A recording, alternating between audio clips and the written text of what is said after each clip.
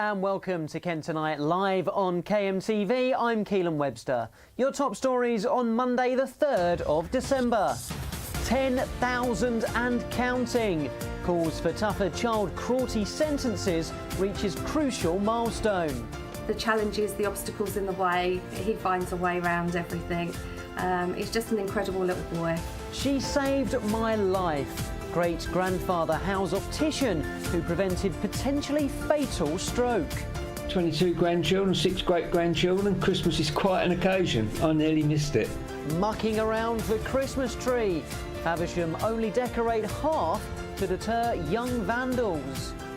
One doesn't really want to sort of give in to this kind of loutish behaviour. And in sport, marching on to Wembley, Kent side in FA Cup action.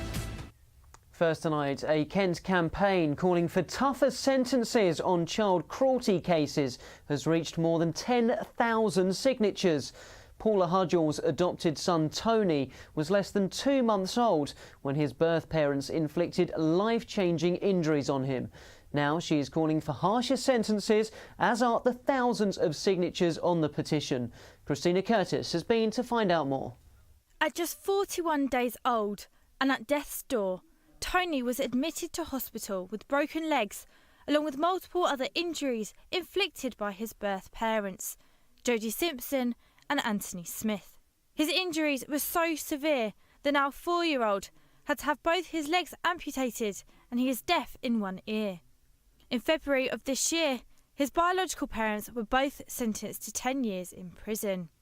However, Tony's adopted mum, Paula Hudgell, has since set up a petition to get the maximum term increased in future cases. The Justice for Bear petition was started early this year, both online and with campaigners going out onto the streets to get support. The petition has now got more than 10,000 written signatures. Now the petition has received enough to get a response from government. Everybody's worked so hard, everybody's been so supportive, kind. We've been out on the streets gaining the signatures and yeah, we're just over the moon that we reached our 10,000 target. He's an incredible little boy with so much fighting spirit that we thought we need to make change for future cases, so hence the campaign. Although this is a huge success for the campaign, the Hudgells will still continue to fight until the law is changed. We've reached that 10,000, which is what I wanted to get to. We will carry on campaigning. We're going to take it to Parliament in the new year with Tom Tugendhat, our MP. He's going to present it and we will be up in the gallery, Tony and I and some of Bear's Army who have worked so hard. This is Christina Curtis for KMTV. Meanwhile, a great-grandfather from Tunbridge says his life has been saved from having a fatal stroke by an eagle-eyed optician. Graham Butteris was rushed to hospital after an optometrist from Westmoreland spotted a blockage in his neck. Joe Caution's been speaking to Graham. 22 grandchildren, 6 great-grandchildren. Christmas is quite an occasion. I nearly missed it. He can joke about it now, but Graham Butteris from Tunbridge had a lucky escape. He started experiencing blurred vision back in August, so he decided to visit a doctor. I thought everything off because everything's down to old age at my age. So I don't normally go to the doctors with hardly anything. And after a doctor referred Graham here to an optician's for an eye test, Lindsay found nothing wrong with Graham's sight at first glance, but his symptoms were warning signs of much more than meets the eye. If you were to look at Graham's eyes, they were lovely and healthy. It was his symptoms that were the key. And on a daily basis, we get people come and tell us that they get intermittent blurred vision. But it was the fact that he was telling me that when he bent over and stood up, that's when it happened. And that just seemed a little bit sinister to me. So it just let me delve that little bit further. We did all the other tests just to prove that there was nothing else wrong. And then I said, actually, we need to do something quite urgent about this. People come in to the opticians expecting to go away with a pair of glasses. And your eyes are worth so much more than that. You know, if someone's got high blood pressure or high cholesterol or diabetes, just there's so much that you can tell from the eye, so much more. The 71-year-old was then rushed for several scans and emergency surgery at the hospital, which confirmed an 80% blockage in an artery in his neck, something doctors believe could have turned fatal. The blood clots could have eventually got through this debris and gone to my brain, and that would have been a stroke. and there's very little they can do to you once it gets to that stage. I was probably one of the oldest ones in that ward, and I'm looking at people an awful lot younger than me that couldn't feed themselves, they couldn't talk, had limited mobility, and you're thinking, this is scary now. It isn't the sort of thing that I would have even thought that an optician would have actually found. They obviously can look further into our eyes and behind our eyes than what we imagine, and it's just incredible that really she'd given me the opportunity to have another Christmas. For Graham, he'll be looking forward to spending the festive period with a house full of 20 come Boxing Day, but he'll be sparing a thought for Lindsay's eagle eyes that helped save his life. Joe Caution for KMTV. Next tonight, the county is preparing for a momentous few days in British politics as MPs prepare to start a 5-day-long debate on Brexit. The clock is ticking down to December the 11th when they'll vote on whether or not to back Theresa May's Brexit plan. To look ahead to this crucial week, I'm joined now by our political editor, Paul Francis. Paul, what can we expect from these next 5 days? Well, lots of shouting in the House of Commons, I think. But what we are going to see is a start of a debate tomorrow, which will feature discussions around whether MPs want to back the Brexit deal or dump the Brexit deal. And I think that debate is going to be a bit like an elongated Bush-Tucker trial for Theresa May. And it's very much split down the middle, isn't it, amongst Kent MPs at the moment? Yes, they're a bit like the country. They're fairly evenly divided. The more outspoken ones are in the Brexiteer camp, feeling that the deal doesn't deliver what constituents voted for them, and the Remainers are slightly more quiet. Are you surprised that there's some that haven't come out and sort of nailed their thoughts to the mast as such and gone for which way? Surprised about that? Well, yeah, most of them have, but there's a couple notable absences so far who are apparently weighing up what to do. One of those is Tom Tugendhat, the Tunbridge and Morning MP. He wants to, I think, take soundings amongst his constituents before he decides which way to go. The Dartford MP, Gareth Johnson, is another Brexiteer, but he hasn't himself fully committed to opposing the deal. He wants to see what what they call the meaningful vote is going to be next Tuesday. What do you make of that? Is there any benefit from saying which way you're going to go at this stage?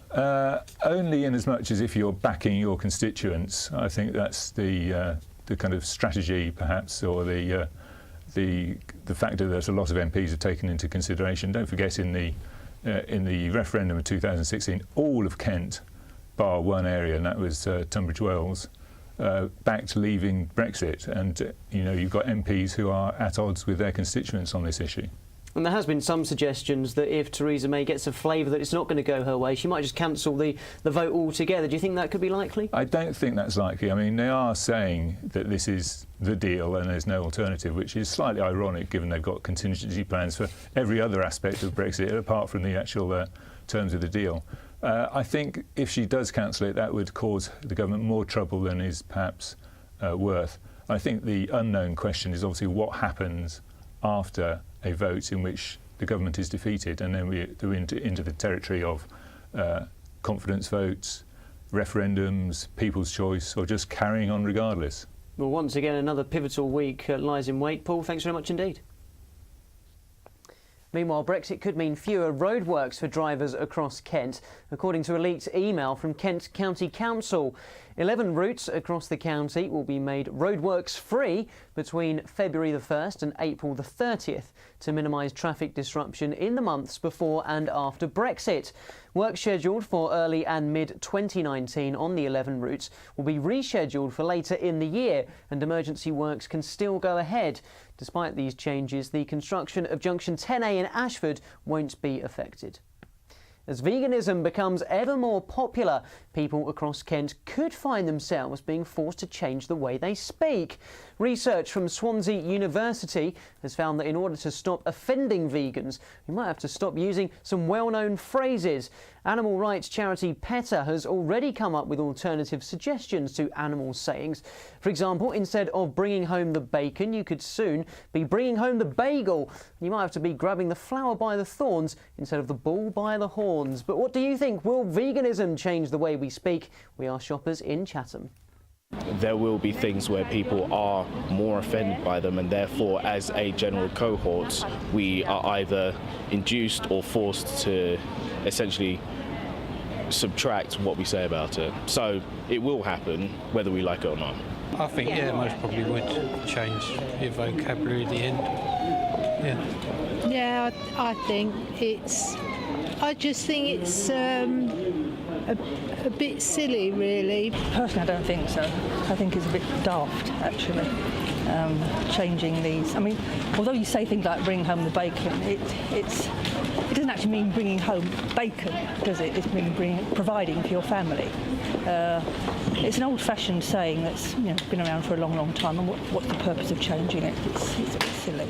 I don't think it'll change anything. I don't think. Yeah, I think it might, but who knows? Things are changing already. You can't say man and men and all these sorts of things. They're changing all that. You've got a chair now instead of a chairman. All those sorts of things. It creeps in. Food. Yeah, but it creeps in, doesn't it? I think veganism is a great thing. I don't think I could do it, but I think if you're brought up to it, it's wonderful. But don't change the language. Seriously. I'd beef about it if you did. Shoppers in Chatham there. But what do you think? Will veganism change the way we speak? Let us know by using the hashtag KentSays on social media. Still to come, Harry will be here with the sport, looking back on the weekend's FA Cup action from across Kent, where Kent's sides had mixed fortunes. We'll see you in a few minutes' time.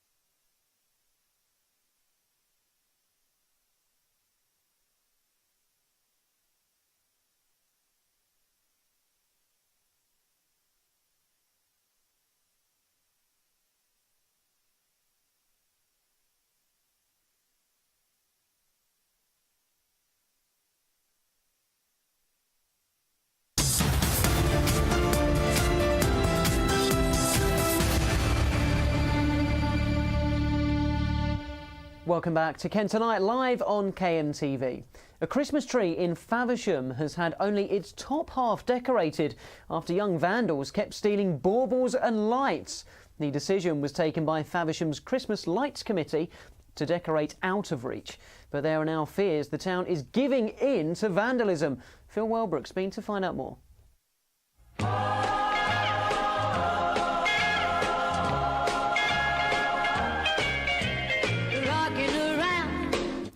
The Christmas lights on the tree in Faversham's marketplace is a tradition and a symbol of goodwill in the town.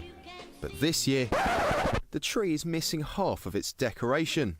And the reason the decorations have been put up so high out of reach is because of these. Vandals have been taking baubles off the trees and kicking them around, and it's left the council with no choice but to now take action. Some residents shared their pictures of the tree online, believing it not to have been finished. The idea, though, is to thwart vandals from ruining the centrepiece. What we're trying to do is to maintain the tradition of a decorated Christmas tree, but we have to accept reality. Unfortunately, we have people who are frustrated or who have no respect for their environment or who are looking for an unusual way of expressing themselves.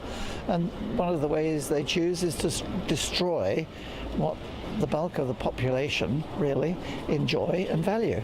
But the council are also keen to send out a clear message that acts of vandalism won't be tolerated in the town, and by removing decorations from the bottom of the tree, they aren't giving in. One doesn't really want to sort of give in to this kind of loutish behaviour, but at the same time reality dictates that we make allowance for it, and we are looking at sectors of society that feel they are not able to express themselves in other ways. You know, I feel it's a problem that we are actually making more and more for ourselves. Taking this kind of radical action is something that can be seen elsewhere across the country, but the decision made by volunteers from the Faversham Christmas Lights Committee is one which they feel they had to make. But what do passers-by in the town make of the tree?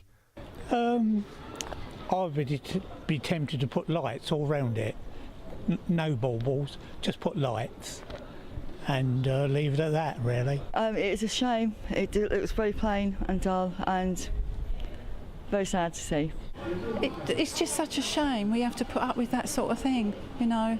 They haven't got any respect anymore, have they?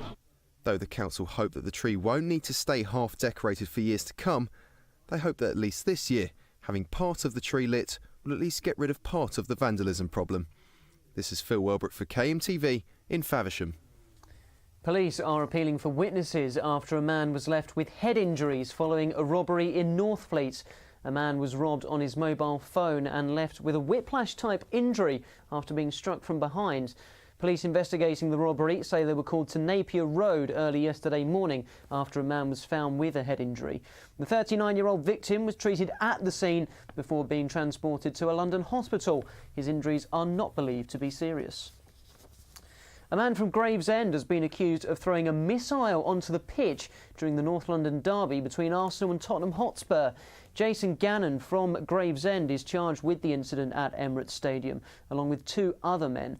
All 3 men have been bailed and will appear at Highbury Corner Court on the 18th of December.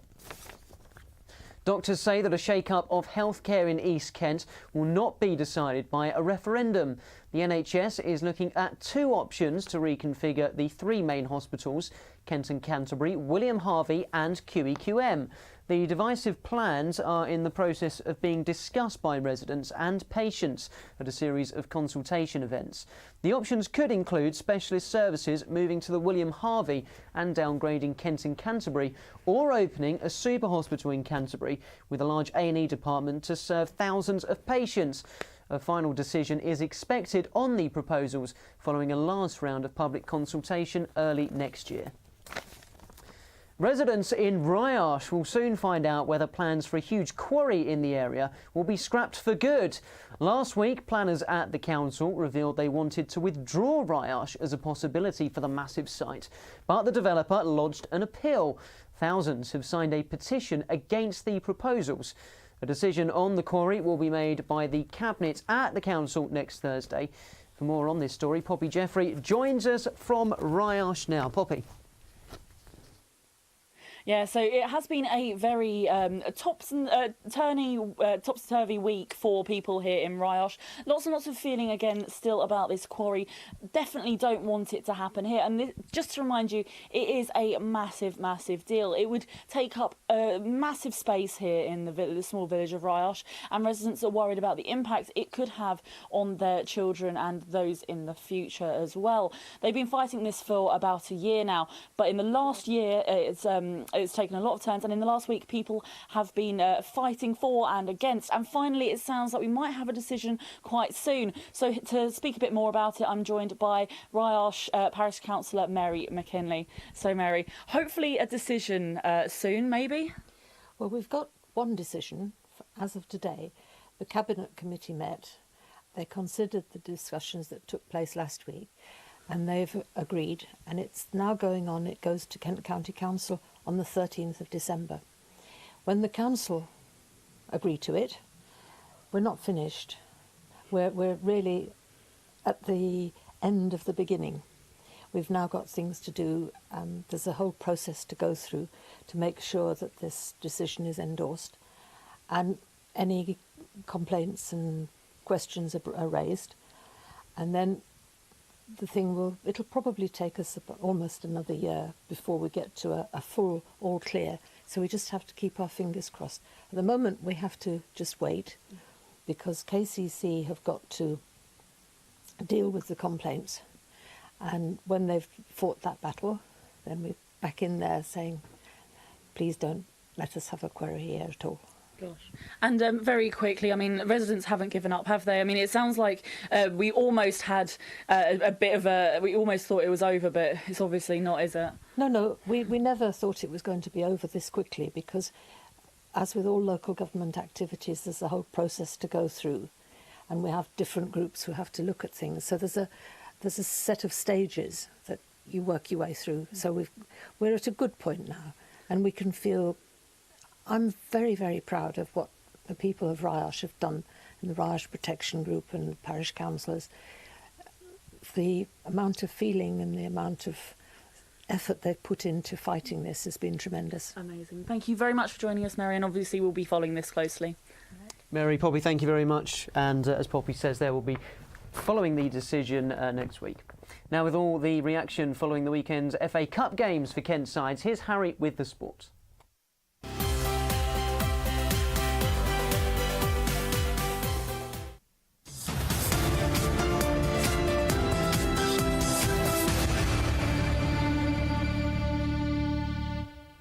We start this evening with football and a look back at the weekend's FA Cup action for Kent sides.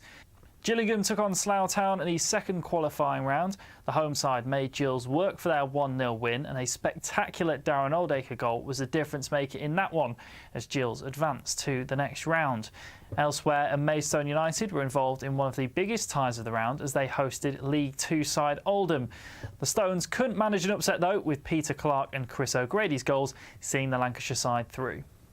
Speaking after that defeat in the Cup to Oldham, Maidstone manager Harry Wheeler told the club's website that whilst he was disappointed to see his side crash out of the Cup, he was delighted with their performance. Proud of the lads for obviously, their effort and the endeavour they showed. We matched them for a majority of the game. Disappointed because we spoke all week, just take no risks. All the good teams take no risks. They clear their lines, they don't try and shepherd things out in the 6-yard box, and unfortunately we've made a decision to try and keep it in, and all we've got to do is clear the ball, and it got you going 0-0 at half time, and so disappointed on little moments, but we've matched them, and we had a reality check earlier and we said, well, look, we're never going to win it. We just try and push as far as we can, and that's win the whole cup, that is. So we've tried to push as far as we can, and we've got through again, great, but it wasn't meant to be. Staying with the FA Cup, and Gills Cup hero Darren Oldacre is now hoping his side can take on one of the big names in the next round. The 19-year-old fired home from 30 yards to see off non-league Slough Town 1-0 in the second round. It was a goal that could possibly lead to a money-spinning third-round tie, and Oldacre would love it if his strike takes them to Old Trafford. The midfielder said that his dad's a Man United fan and that there's been loads of times playing there where he'd want to see them too, and he said that playing there would be a dream. It wasn't all about the FA Cup at the weekend though, with Kent sides also in league action. Dover took on mid-table Eastleigh in the National League and came out with a 2-2 draw. It's the latest good result in the club's resurgence under former Eastleigh boss Andy Hessenthaler, but after a late equaliser, the manager said he knew it could have been all 3 points. Yeah, obviously we're frustrated, 100% we are, because we're in the 85th minute we're winning 2-1, and but they have got quality, they're on a fantastic run here, so it was always going to be difficult. The likes of Paul McCallum, who I know real, and Mark Yates with his delivery, and unfortunately that's undone us right at the death. So, but I'm not going to be too critical of my players. I thought we was outstanding today. We probably should have got the game put to bed a little bit earlier. We had a couple of real good opportunities. You're up to date on sport for the time being. I'll have more for you later in the programme, as well as a preview of tonight's episode of Team Talk.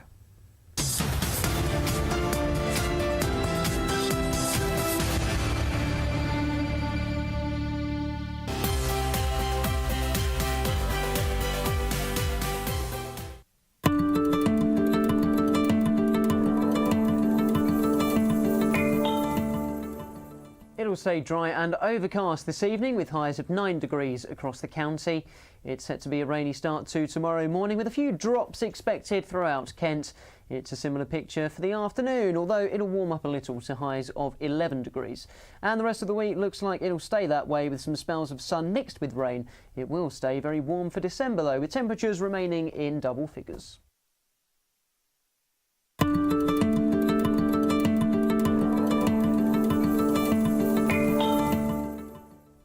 Coming up, the world of veganism and how the way of life is growing in Kent. See you in a few moments. The bacon jokes, every vegetarian or vegan, when they hear a bacon joke, is gonna yawn vastly because yeah, they've all heard it before.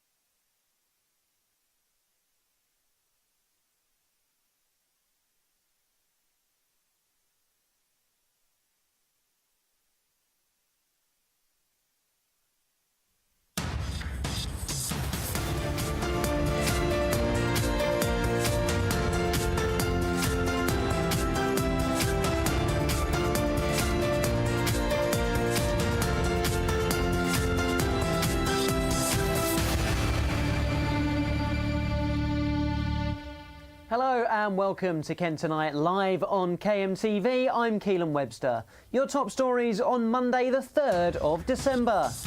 10,000 and counting. Calls for tougher child cruelty sentences reaches crucial milestone. The challenges, the obstacles in the way, he finds a way around everything. He's just an incredible little boy. She saved my life. Great-grandfather Hal's optician who prevented potentially fatal stroke. 22 grandchildren, 6 great-grandchildren. Christmas is quite an occasion. I nearly missed it. Mucking around the Christmas tree. Faversham only decorate half to deter young vandals. One doesn't really want to sort of give in to this kind of loutish behaviour. And in sport, marching on to Wembley, Kent sides in FA Cup action. A reminder of our top story this evening. A Kent campaign calling for tougher sentences on child cruelty cases has reached more than 10,000 signatures. Paula Hudgell's adopted son Tony was less than 2 months old when his birth parents inflicted life-changing injuries on him. Now she's calling for harsher sentences, as are the thousands of signatures on the petition. Christina Curtis has been to find out more. At just 41 days old and at death's door, Tony was admitted to hospital with broken legs, along with multiple other injuries inflicted by his birth parents, Jodie Simpson and Anthony Smith. His injuries were so severe the now 4-year-old had to have both his legs amputated and he is deaf in one ear. In February of this year, his biological parents were both sentenced to 10 years in prison. However, Tony's adopted mum, Paula Hudgell, has since set up a petition to get the maximum term increased in future cases. The Justice for Bear petition was started early this year, both online and with campaigners going out onto the streets to get support. The petition has now got more than 10,000 written signatures. Now the petition has received enough to get a response from government. Everybody's worked so hard, everybody's been so supportive, kind. We've been out on the streets gaining the signatures, and yeah, we're just over the moon that we reached our 10,000 target. He's an incredible little boy with so much fighting spirit that we thought we need to make change for future cases, so hence the campaign. Although this is a huge success for the campaign, the Hudgells will still continue to fight until the law is changed. We've reached that 10,000, which is what I wanted to get to. We will carry on campaigning. We're going to take it to Parliament in the new year with Tom Tugendhat, our MP. He's going to present it and we will be up in the gallery, Tony and I and some of Bear's Army who have worked so hard. This is Christina Curtis for KMTV. Next night, Kent drivers could meet Eddie Blizzard and Spready Mercury on the county's roads tonight. These are just 2 of Kent County Council's 17 new gritters, which are being deployed to fight ice and slippery roads this winter. With temperatures likely to fall below freezing, Kent Highways say they'll be gritting all main roads before 4 o'clock tomorrow morning. They also advise drivers to take care if heading out on the untreated roads and to be ready for slippery conditions tomorrow. Not over those names. Residents in Kent overwhelmingly back plans by Gatwick Airport to use its standby runway to boost capacity. That's according to a YouGov survey. But opposition group Cagney have said the poll stinks of propaganda. Our reporter Cameron Tucker has more details on this now. So, Cam, it seems like a ringing endorsement for the proposal. Absolutely, you could say sky-high numbers, if you will, with the poll findings. According to the poll, 3/4 of residents in Kent and the neighbouring counties, Sussex and Surrey, are in support of the plans to use its standby runway at Gatwick. 67% support plans to also safeguard land in order to build that runway. We can see some of the blueprints here behind us for what that would entail. And just 14% of those on the survey were opposed to the airport's growth plans, full stop. So Chief Exec Stuart Wingate obviously will be hugely encouraged by what he sees as a ringing endorsement, as you said. They're very encouraged though, but Cagney fighting the proposals, not huge fans of the poll. No, up in arms about it really. They've pointed to the fact that only 3,000 people actually contributed to the survey.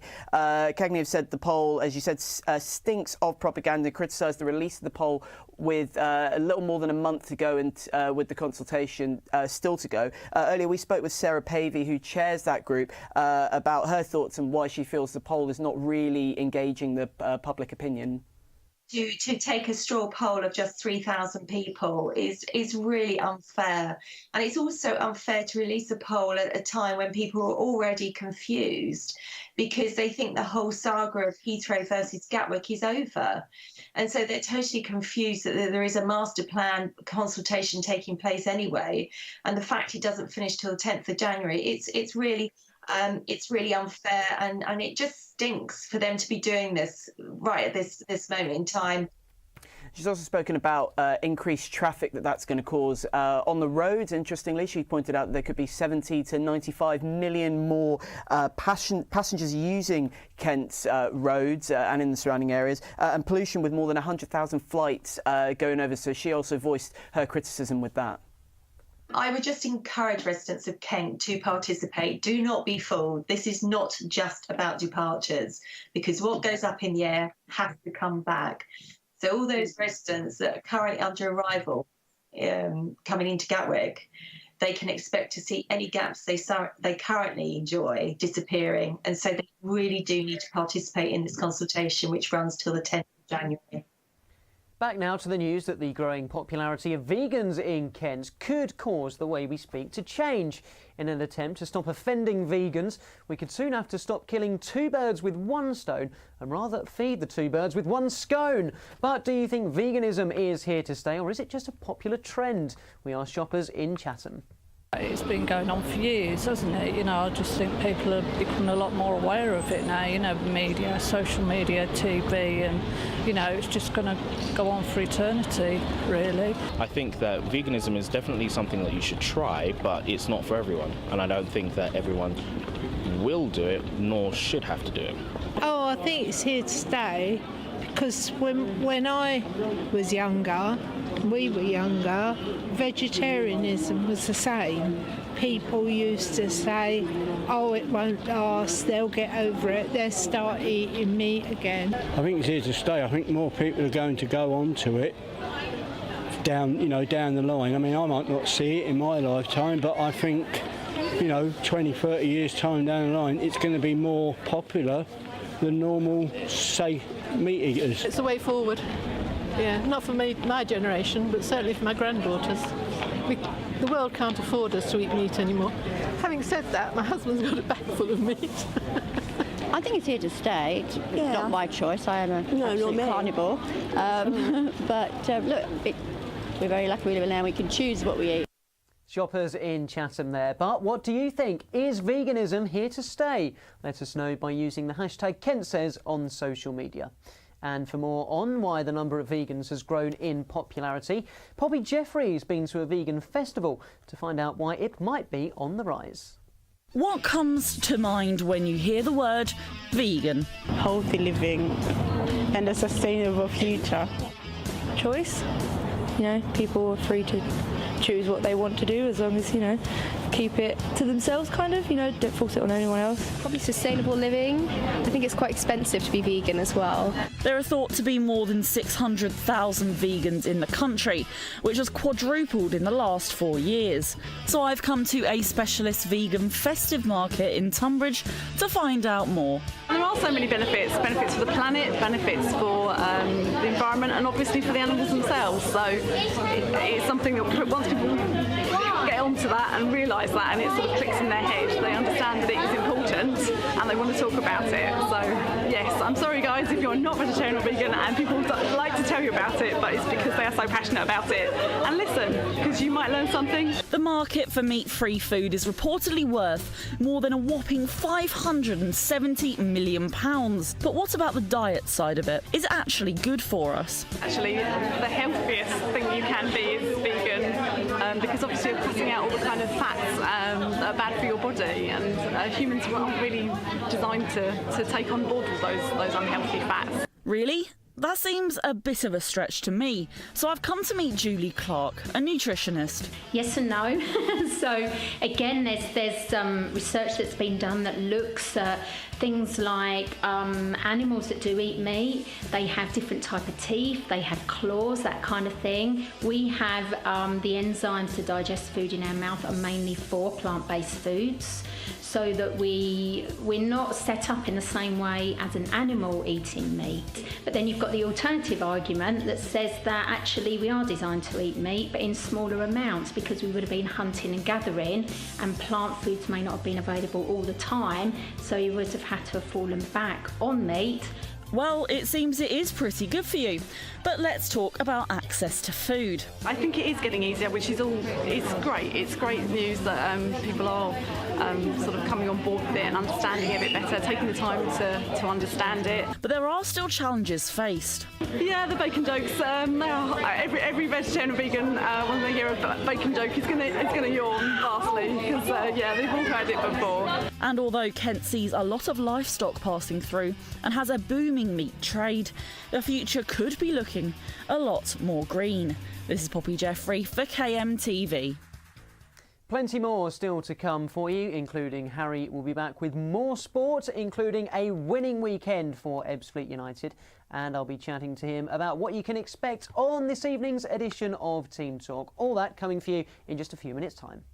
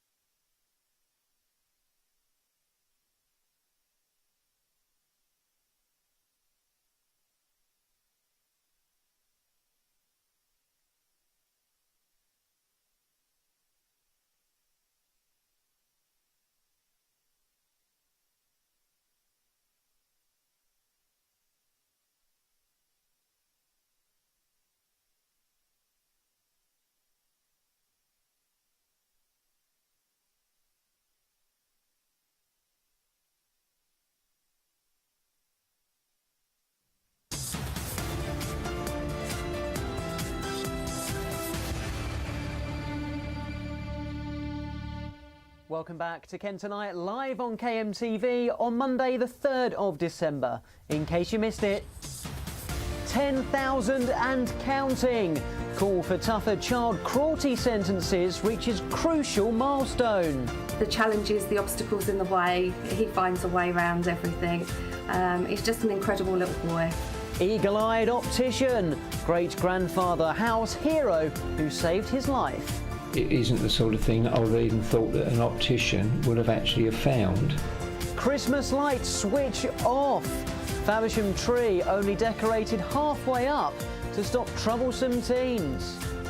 We have people who are frustrated or who have no respect for their environment. And in sport, excellent Ebbsfleet United boss praises side's best performance to date. Time now for your pick of the papers with a look at what's making the news in print, online and radio across Kent. Earlier on today, I spoke to KMTV's Io Ali, who began by telling me about a new development in Dartford. My first story is about Littlebrook Power Station in Dartford, which is set to become a logistics park. So plans for the 1.7 million square development in the area have been given a green light by the Dartford Council. Developer Berwick Properties and investor Tritax, a real estate investment trust, were granted permission for the development of a 450,000 square foot factory. And this comes after the land was acquired a year and a half ago. The demolition of the power station is set to be in 2 planned phases, which totals to approximately 54 acres, and the final demolition will happen in 2020, so that's in the next 1 year and a bit. So potentially huge development for people in Dartford then. What's your second story today, please, Aya? My second story is about one of the world's most expensive beds on display in Canterbury. This bed cost around £75,000, the cost of a small sports car, and it will be on display in Lenley's Furniture Store in Roper Road in Canterbury. It's made from rare materials, including wool from South American camels, which is worth £2,000 per kilogram. It's one of the most expensive fibres on earth, and it's called the vicuna wool, which costs more than gold and was reserved for the Incan emperor over centuries ago. And the mattress alone cost £40,000. The bed was unveiled at the Milan Furniture Fair in April and has been touring the country ever since. And you can still see the bed if you want till Sunday. Yeah, I mean, was it 75,000? £75,000. You mentioned sports car there. Yes. What are you going for, that bed or sports car? That bed, maybe pay for my dreams, but... Well, we'll see if, of course, we've reached December now. Is anyone going to get that bed for Christmas? But speaking of which, a couple from Kent are going to get a Christmas song out. So a songwriter couple from Kent have written a new song, and they hope it climbs to the top of the charts to make Christmas #1.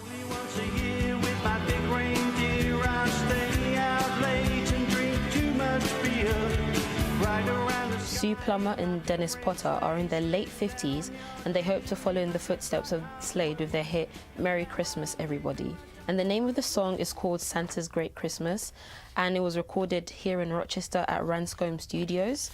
And I've listened to the song, and it has a very 60s feel to it. It's quite catchy, and it's about when it tells the story of when Santa got stuck in the chimney on the night before Christmas. And it's a really nice song. It's available on Spotify, Tidal, and all other streaming platforms. So I think you should give it a listen. It's a really nice song. Has he got a chance getting into the charts, do you think? I think he could be, potentially. I think with streaming, he could potentially hit #1. Very best of luck to them anyway. We've been having this debate in the office for a few days. Favourite Christmas song? Ooh. Be on the spot a bit. Okay, This Christmas, Chris Brown. Wow, okay. Yes. Bit rogue, but very, very good choice. Yes. Oh, thanks very much indeed. Thank you. Reminder, you can watch KentOnline live and on catch-up at our website, kmtv.co.uk. You can stay up to date with all the news, sports and weather from right across Kent, whenever and wherever you are. You'll find breaking news, local features and repeats of our special programmes.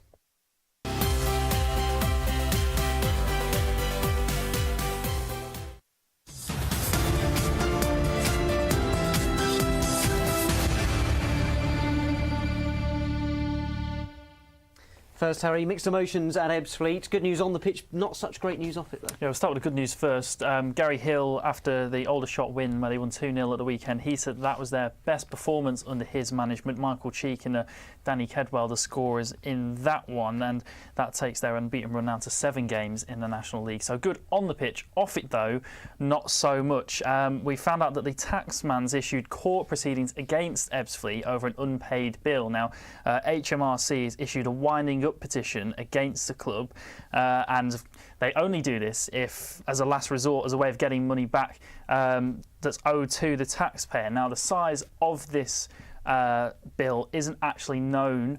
However, bosses at Ebbsfleet say that the issue has actually been resolved. Dave Archer, he's explained that the payment is being transferred at the moment, and he says that they know it's all been done through the right procedure, and they say it's all in hand, and he's expecting it all to be done and dusted with in the next 72 hours or so. Now, of course, this all comes after more issues off the pitch for Ebbsfleet, when we learned earlier in the season that players had been paid late in 7 of the last 10 months. And of course, after reaching the playoffs last season, Darryl McMahon then left. Lots of staff also left as well.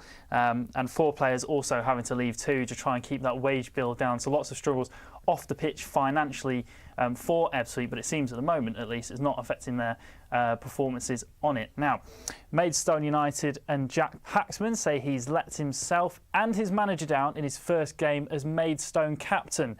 Paxman's the club's longest-serving player and was handed the armband for Saturday's FA Cup second-round tie against Oldham, with Blair Turgott out injured. He felt he deserved the captaincy after almost 4 years at the Gallagher Stadium, but wasn't happy with his performance in the 2-0 defeat for Harry Wheeler's side.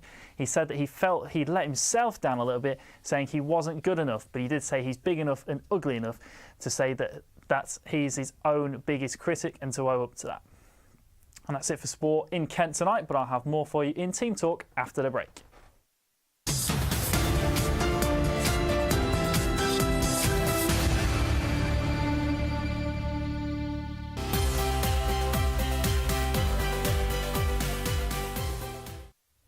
You can keep up to date on all things going on in Kent by visiting our website kmtv.co.uk. You can check out some of our latest stories from across the county, like this video about Who residents getting frustrated with lorry drivers passing through their village. A nightmare and an accident waiting to happen. This is what a resident in Stoke has said about lorries that are trying to find an Amazon depot near Kingsnorth Industrial Estate in Who, but are ending up in country roads.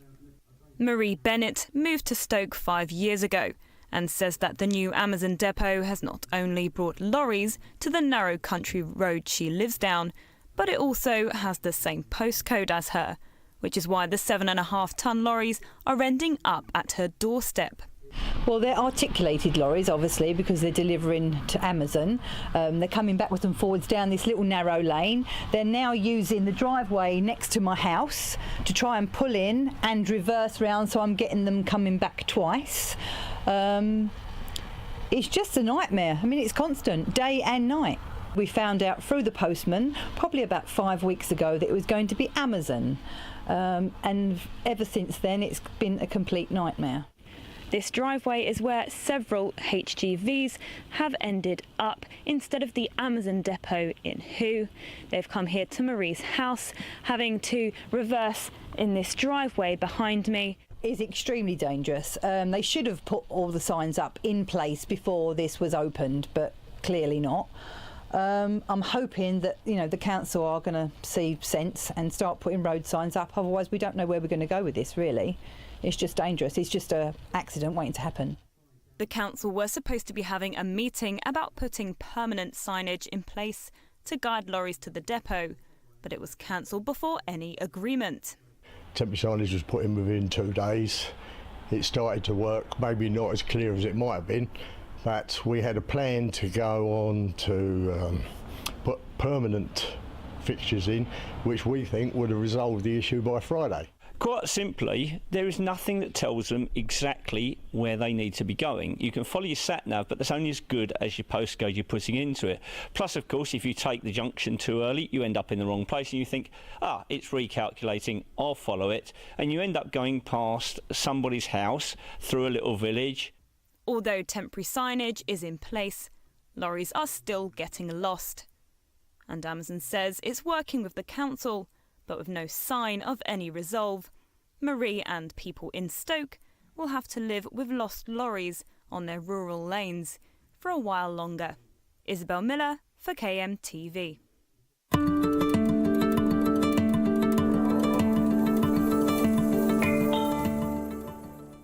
It'll stay dry and overcast this evening with highs of 9 degrees across the county.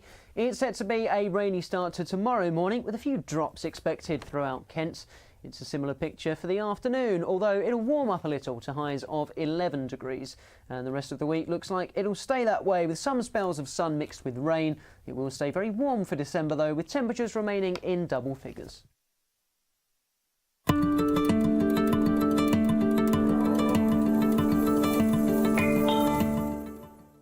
Coming up in a few minutes' time is Team Talk. Harry's in the chair this evening. What's coming up? Yeah, we've been hearing all of last week about the quite heart-breaking story of Jordan Dawes, the 18-year-old footballer from Kent Football United from Swanley, who initially had a stroke but then was diagnosed with cancer later on from that. And the support that's come for her has been massive, including Man United's David De Gea giving her his gloves and shirt, and she's had support from all across the world, and we're getting a bit more reaction to that and hearing how the support's going. We're going to be speaking to her manager Sam, as well as one of her best friends and teammates Chloe too. We're also going to be having in the studio a Medway teacher who's also a foot golf player, and he's going to be heading over to the Foot Golf World Cup in Morocco, plus the usual football roundup, as well as more look into a rugby legend who's come to Maidstone.